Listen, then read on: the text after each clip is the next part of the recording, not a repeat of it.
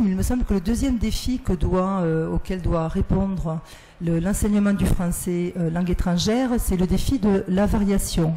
Je crois qu'on sait aujourd'hui que la langue, ce qu'on appelle le français, mérite d'être interrogé. Le français, avec ce déterminant unique, n'existe probablement que dans les représentations ou dans les descriptions que peuvent nous en faire un certain nombre de grammairiens. On sait que la langue française est constituée en réalité d'une série de lectes qui vont s'inscrire dans des contextes particuliers. Et je crois qu'on ne peut plus enseigner la langue française comme un objet monolithique, comme un bloc qui serait invariable selon les contextes.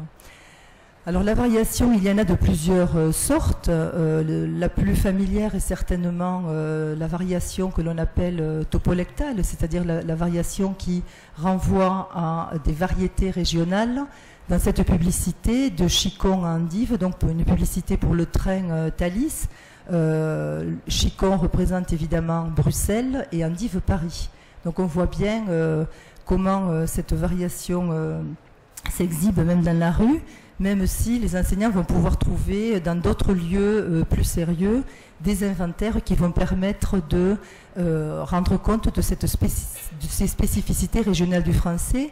Et la prise en compte de cette dimension renvoie ici, du point de vue pédagogique évidemment, à le choix d'une norme pour l'enseignant. Est-ce qu'un enseignant qui travaillerait donc au Nouveau-Brunswick, est-ce qu'il va se référer à la norme du français régional qui est parlé à Moncton, ou est-ce qu'il va prendre comme norme pour corriger les copies de ses élèves la variété hexagonale du français parisien? Donc il y a une position de la part des enseignants à prendre de ce côté-là.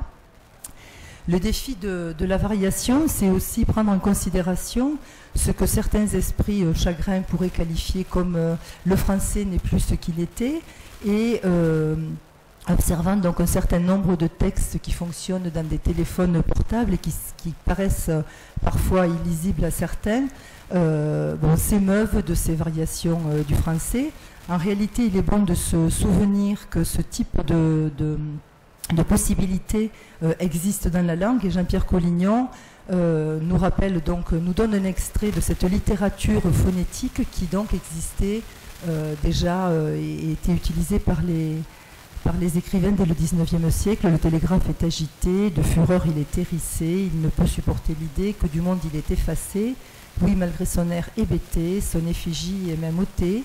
De lui nous avons hérité car il est enfin décédé. Donc c'est un petit texte que Victor Hugo avait écrit à l'occasion de la disparition du télégraphe.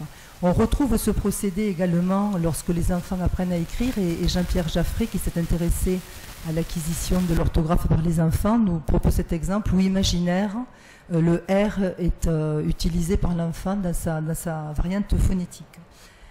Donc, autre problème posé par la variation, il me semble qu'aujourd'hui on dispose de descriptions qui sont faites par des sociolinguistes qui permettent de dépasser certaines approximations qui considèrent que le langage oral est équivalent au langage familier et que le langage soutenu serait uniquement l'apanage de l'écrit ou de catégories socio-professionnelles aisées.